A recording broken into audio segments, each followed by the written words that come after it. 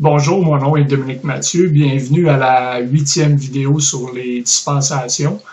C'est pas parce que c'est la 8e vidéo qu'on est rendu à la 8e dispensation, c'est que le sujet des dispensations est tellement vaste que c'est présentement la 8e vidéo que je fais là-dessus. Dépendamment, il y a un certain débat à ce niveau-là. Dépendamment de ceux qui croient au dispensationalisme, il y a certains qui vont croire à 7 dispensations, d'autres à 8 dispensations, d'autres à 9 dispensations. Qu'il y en ait 7, 8 ou 9, c'est pas important. L'important, c'est que quand vous lisez la Bible, vous divisez la Bible selon les dispensations. Sinon, vous allez vous rendre compte qu'il y a plein de contradictions dans la parole de... Excusez. Sinon, vous allez vous rendre compte qu'il y a plein de contradictions dans la parole de Dieu. Donc, c'est la 8e vidéo sur les dispensations. Et aujourd'hui, je vais discuter de la 2e dispensation qu'on appelle la dispensation de la conscience. Dispensation de la conscience. La première dispensation qu'on a vue, c'était la dispensation de l'innocence dans le jardin d'Éden avant le péché. Et la dispensation de l'innocence, c'était quand Adam et Ève ne connaissaient pas le péché. Ils ne connaissaient pas le péché. Et on va voir que durant toutes les dispensations, ils finissent toutes de la mauvaise manière. Ils finissent tous mal. Mais merci Seigneur, la Bible, la fin de la Bible finit bien. Donc, c'est pas parce que toutes les dispensations finissent mal que l'histoire de l'humanité va finir mal. Merci Seigneur. Moi, je suis sauvé par la grâce du Seigneur Jésus-Christ, donc ça va bien finir pour moi. Et si vous n'êtes pas sauvé, ça va mal finir pour vous. Éventuellement, je vais vous expliquer comment être sauvé dans la dispensation de la grâce. Donc, soyez patients. Et si vous n'avez pas souscrit à mon canal YouTube, je vous inviterai à le faire. Et si vous n'avez pas vu les vidéos précédentes sur les dispensations, je vous inviterai à le faire parce que peut-être vous allez être un peu perdu. Il n'y a pas beaucoup de vidéos en français sur ce sujet-là. Et je vous dirais que la plupart des vidéos qu'il y a sur les dispensations en français, ça va être pour dire que ça n'existe pas. C'est complètement inconcevable, je l'ai répété précédemment, de dire que ça n'existe pas parce que c'est un mot qui est dans la Bible. Donc, c'est comme nier qu'un mot de la Bible n'existe pas. Donc, c'est la 2e dispensation qu'on appelle la dispensation de la conscience parce que c'était avant la loi. Et les gens marchaient selon leur conscience. Donc, dans la dispensation de l'innocence, Adam et Ève ont mangé l'arbre de la connaissance du bien et du mal. Et c'est ça qui a fini la dispensation de l'innocence. Parce que en mangeant l'arbre de la connaissance du bien et du mal, Adam et Ève ont eu la connaissance du bien. Mais malheureusement, ils ont eu la connaissance du mal. Et parce qu'ils ont eu la connaissance du mal, le péché est entré dans toute la race humaine. Vous allez me dire, c'est pas juste que j'ai été condamné parce qu'Adam et Ève ont mangé l'arbre de la connaissance du bien et du mal. C'est pour nous montrer à quel point que le péché peut affecter tous les autres autour de nous. Pensez pas que le péché que vous faites va juste affecter vous. Éventuellement, ça va finir par affecter votre entourage et ça, c'est un fait indéniable. Et même si Adam et Ève, vous dites que c'est pas juste parce que vous êtes affectés par le péché, ben, mettez pas ça sur la faute d'Adam et Ève parce que c'est vous qui avez décidé de pécher la première fois que vous avez péché. Il n'y a pas personne qui vous a forcé, c'est vous qui l'avez fait. Donc, vous aviez le choix de pas être tenté de pécher et vous avez péché parce que vous avez le libre arbitre. Donc, quand ils ont mangé l'arbre de la connaissance du bien et du mal, c'était la fin de la dispensation de l'innocence et ça a commencé la dispensation de la conscience. Dans 1 Timothée, chapitre 2, verset 14, j'aimerais attirer votre attention sur quelque chose d'intéressant. Et ce n'est pas Adam qui a été séduit, c'est la femme qui, étant séduite, est tombée dans la transgression. Donc, la femme a été séduite. On va voir un titre très intéressant du Seigneur Jésus-Christ. La femme a été séduite par le serpent, et donc elle a mangé de l'arbre de la connaissance du bien et du mal, mais Adam aussi en a mangé. Mais il n'en a pas mangé parce qu'il était séduit. Il en a mangé pour sauver sa femme, parce qu'il savait que sa femme allait être condamnée, donc il était prêt à mourir avec elle. Puis ça, c'est un bon titre du Seigneur Jésus-Christ, qui a été prêt à être condamné par le Père pour nos péchés quand il est mort sur la croix pour nous. Donc, vous allez voir, l'Ancien Testament, c'est pas un livre plate, c'est un livre où vous allez avoir plein de types de choses qui se produisent dans le Nouveau Testament. Vous ne pouvez pas avoir le Nouveau Testament sans l'Ancien Testament. Donc, après avoir mangé, Adam savait au moins 3 choses. Après avoir mangé l'arbre de la connaissance du bien et du mal, il savait au moins 3 choses. Peut-être qu'il savait plus de choses que ça, mais il y a au moins 3 choses que la Bible nous dit qu'il savait. Premièrement, il savait qu'il avait mangé l'arbre interdit et qu'il allait mourir. Il le savait. Il savait aussi qu'il avait rompu l'alliance de Dieu et il savait qu'il était nu. Il savait qu'il était nu. Et cette nouvelle connaissance lui a fait ressentir de la peur et de la culpabilité pour la première fois parce que c'est ce qui a amené Adam et Ève à fuir Dieu puis à aller se cacher. C'est la connaissance du mal qu'ils avaient fait qui a fait que Adam et Ève se sont cachés de la présence de Dieu parce qu'ils savaient qu'ils venaient de désobéir à Dieu, leur créateur, parce que Dieu, c'est pas un Dieu compliqué qu'on a. Il leur avait dit, vous pouvez tout faire. Il y a une seule chose que je veux pas que vous fassiez, et c'est de manger l'arbre de la connaissance du bien et du mal. Pourtant, il y avait l'arbre de la vie dans ce jardin d'Éden-là. Si Adam et Ève avaient mangé l'arbre de la vie au lieu de manger l'arbre de la connaissance du bien et du mal, ils auraient vécu pour l'éternité, mais ils ont décidé de choisir de manger l'arbre de la connaissance du bien et du mal. Donc, le Seigneur n'est pas injuste parce que il a juste mis un commandement. Il leur a permis de tout faire. Il y a juste une chose qu'il leur a pas permis de faire. Et Adam et Ève sont allés contre le commandement de Dieu. Et c'est après ça que le péché est entré dans l'humanité. Mais, merci Seigneur, le Seigneur a fait aussi une promesse. Et l'Éternel Dieu fit à Adam et à sa femme des robes de peau et les en revêtit. C'est pas maintenant qu'il a fait une promesse. Je vais vous lire ce verset-là avant, Genèse chapitre 3, verset 21. Et l'Éternel Dieu fit à Adam et à sa femme Ève des robes de peau et les en revêtit. Ça aussi, c'est un beau type du Seigneur Jésus-Christ parce que on voit que Dieu a fait le premier sacrifice. Parce qu'il a revêti Adam et Ève de robes de peau. Ces peaux-là, il les a pris d'un animal éventuellement. Donc, Dieu, il a fallu qu'il tue un animal, il a fallu qu'il fasse un sacrifice pour couvrir le péché d'Adam et Ève.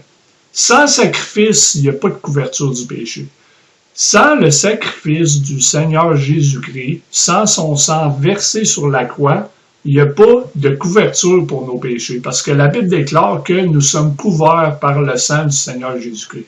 Donc, c'est le sacrifice du Seigneur Jésus-Christ qui fait qu'aujourd'hui, moi, je suis justifié, je suis déclaré juste devant Dieu, et je vais aller au ciel à cause du sacrifice de Christ.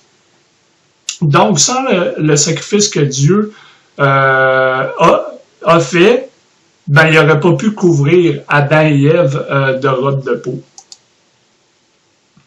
Dieu a fait une alliance inconditionnelle après le péché. Dans la dispensation de l'innocence, on a vu la définition de c'est quoi une alliance. Je ne reviendrai pas là-dessus.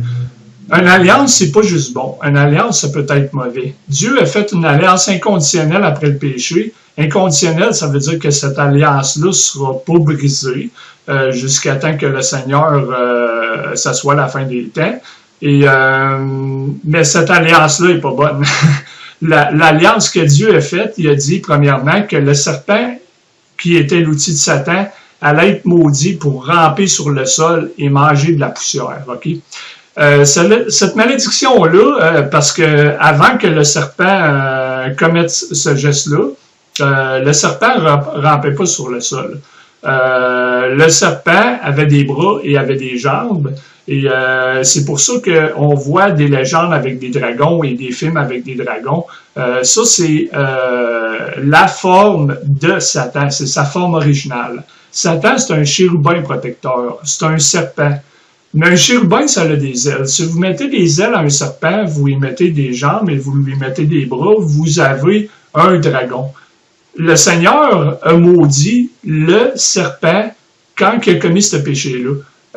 C'est pas que Satan il rampe sur la ventre, mais il a maudit tous les serpents qui allaient naître sur cette terre. Donc les serpents rampent sur la ventre. Et ça, cette alliance-là ne sera jamais brisée. Même dans le millénium, quand le Seigneur Jésus-Christ va revenir régner pendant 1000 ans, on voit que la malédiction est encore en vigueur dans Ésaïe, chapitre 65, verset 25.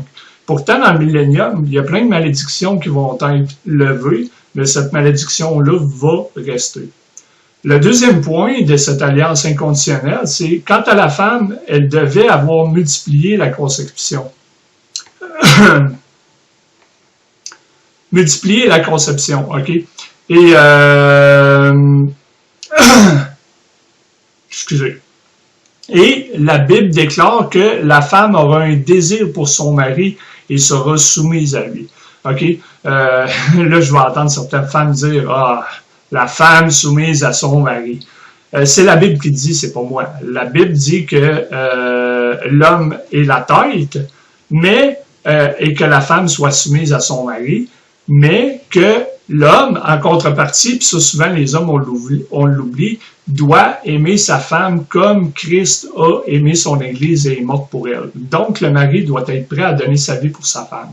En échange de ça, je vous le dis, si un mari aime assez sa femme pour donner sa vie pour elle, sa femme, elle va regarder son mari, elle va être soumise à lui. OK? Le troisième point, c'est que ça dit que quant à l'homme, d'abord, la terre qui a si librement donné son fruit était maudite.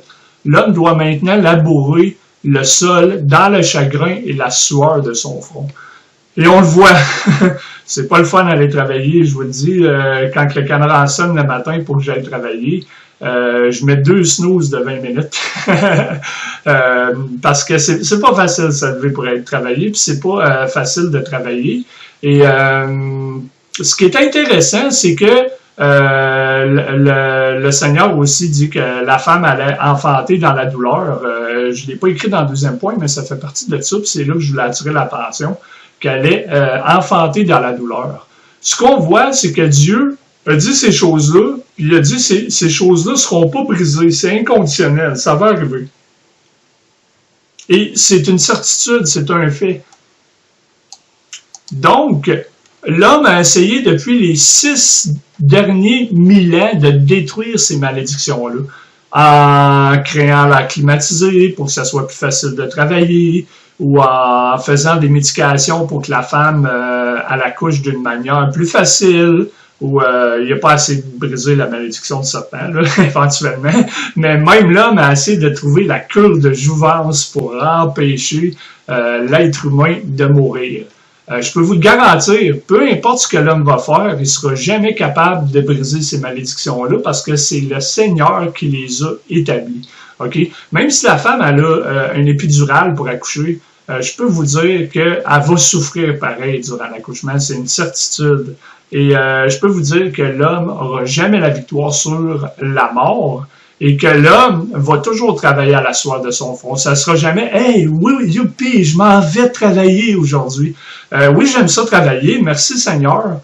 Mais le travail, c'est de la fatigue mentale, c'est de la fatigue physique. Il n'y a pas personne qui va me dire après une journée de travail « Hey, j'ai beaucoup plus d'énergie que j'avais quand j'ai commencé ma journée de travail. » Il n'y a pas personne qui va me dire ça. Vous pouvez dire que vous aimez votre travail. Moi, je crois que j'aime travailler. Pas tous les jours. Il y a certaines journées que je ne veux pas aller travailler. Quand je suis en vacances trop longtemps, des fois, je me plains. Mais le travail, c'est une bénédiction de Dieu. Merci Seigneur. Mais je travaille à la sueur de mon front. Cette dispensation est aussi appelée ainsi la dispensation de la conscience, car l'homme n'est guidé que par sa conscience. Je vais vous lire Romains chapitre 2, verset 14, vous pouvez le lire avec moi. Or, quand les gentils qui n'ont point la loi font naturellement les choses contenues dans la loi, n'ayant point la loi, ils se tiennent lieu de loi en eux-mêmes. Ce qui démontre l'œuvre de la loi écrite dans leur cœur, leur conscience leur rendant aussi témoignage, et leur pensée s'accusant en eux-mêmes, pas en eux-mêmes, en même temps entre elles, ou aussi s'excusant. OK? Fait que ce que ce verset-là veut dire, grosso modo, c'est que, je vais vous donner un exemple. Prenons quelqu'un d'une tribu de la forêt d'Amazonie en Amérique du Sud, qui n'a jamais lu de Bible. Il ne connaît pas la loi de Dieu. Automatiquement, le Seigneur il a donné une conscience à cette personne-là qui est dans une tribu. C'est pas quelqu'un de stupide, ok? C'est pas parce que cette personne-là dans cette tribu-là, c'est pas parce qu'elle n'a pas été à l'université qu'elle n'a pas de conscience. Elle a une conscience, elle a une loi que le Seigneur lui a mis dans sa conscience. Et si cette personne-là fait un vol, elle va savoir que c'est mauvais. Si elle fait un meurtre, elle va savoir que c'est mauvais. Si elle ment, elle va savoir que c'est mauvais. Pourquoi? Parce que Dieu a écrit la loi principale. Dans l'Ancien Testament, il y a plus de 600 quelques lois. Je vous dis pas que le Seigneur a écrit les 600 lois, mais je peux vous garantir que les 10 commandements sont écrits dans sa conscience. sont écrits dans sa conscience et cette personne-là va le savoir si elle fait quelque chose de mauvais. Donc, c'est pour ça qu'on appelle ça la dispensation de la conscience, parce que chaque être humain marchait selon sa conscience, brisait les lois de Dieu, était coupable, le savait que qu'est-ce qu'il avait fait, c'était mauvais, mais continuait à faire pareil ces choses mauvaises. L'homme est devenu totalement corrompu à suivre sa conscience, ok? Et je vous lirai après ça. C'est pas Genèse chapitre 3 verset 5. C'est Genèse chapitre 6 verset 5. J'ai marqué la mauvaise référence, désolé. Mais je vais vous donner un exemple avant de lire Genèse chapitre 6 verset 5. Ok? C'est que on va prendre un tueur en série.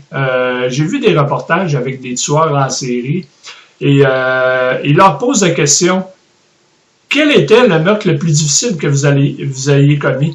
Et ils disent tous que le premier meurtre, c'était le plus difficile. Parce que la première fois que tu fais un meurtre, ta conscience te parle très, très fort. Mais plus que tu commets de meurtres, et plus que la Bible utilise l'expression « cautérise ta conscience ». C'est comme si tu brûlais ta conscience et que ta conscience te dérangeait de moins en moins. C'est pour ça que les êtres humains, jusqu'à un certain point, le plus qu'ils pêchent, le plus qu'ils deviennent corrompus et le plus que leur conscience devienne éteinte. Donc, dans Genèse chapitre 6, verset 5, « Et l'Éternel vit que la malice de l'homme était grande sur la terre, et que toute l'imagination des pensées de son cœur n'était que mauvaise en tout temps.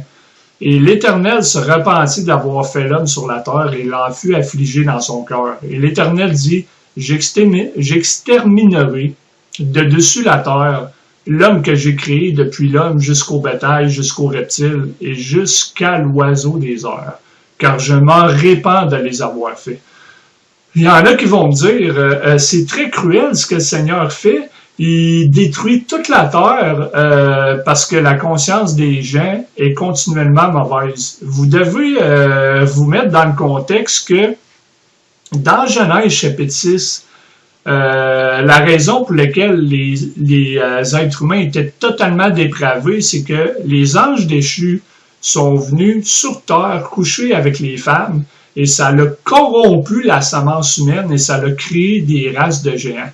Donc, oui, l'être humain a le péché, mais l'être humain a été complètement corrompu par les anges déchus, donc il devait y avoir des choses abominables qui se passaient. Probablement de la bestialité, des choses qui sont nommées dans la Bible, que j'ai pas besoin de vous nommer, qui sont complètement abominables, ce que la Bible appelle des abominations. Donc, les êtres humains étaient rendus dans un état que tout ce qu'ils pensaient constamment, c'était de faire des choses mauvaises.